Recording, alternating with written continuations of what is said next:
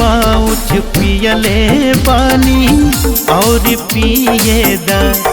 ए रानी एक पाउच पियले बानी और पिए दा।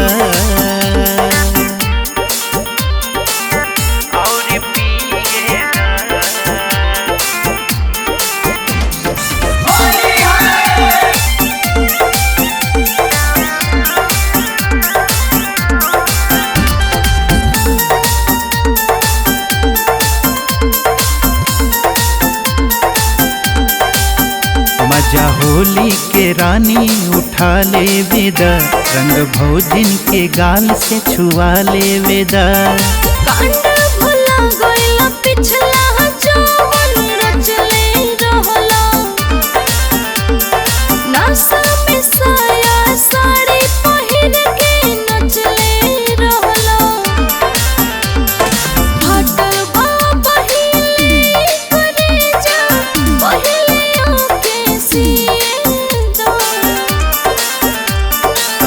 रानी एक पाउच पियले बानी और पिए दा। ए रानी एक पाउच पियले बानी और पिए दा।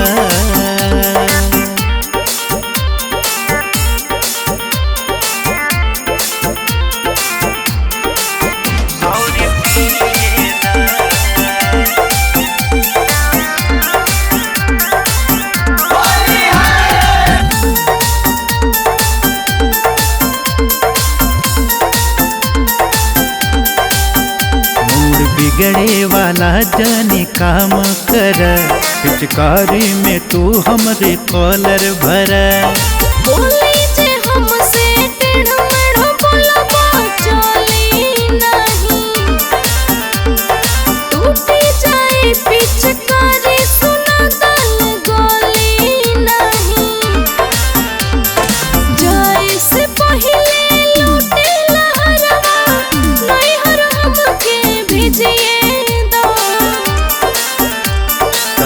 रानी एक पाउच पियले बानी और पिए दा। ए रानी एक पाउच पियले बानी और पिए दा।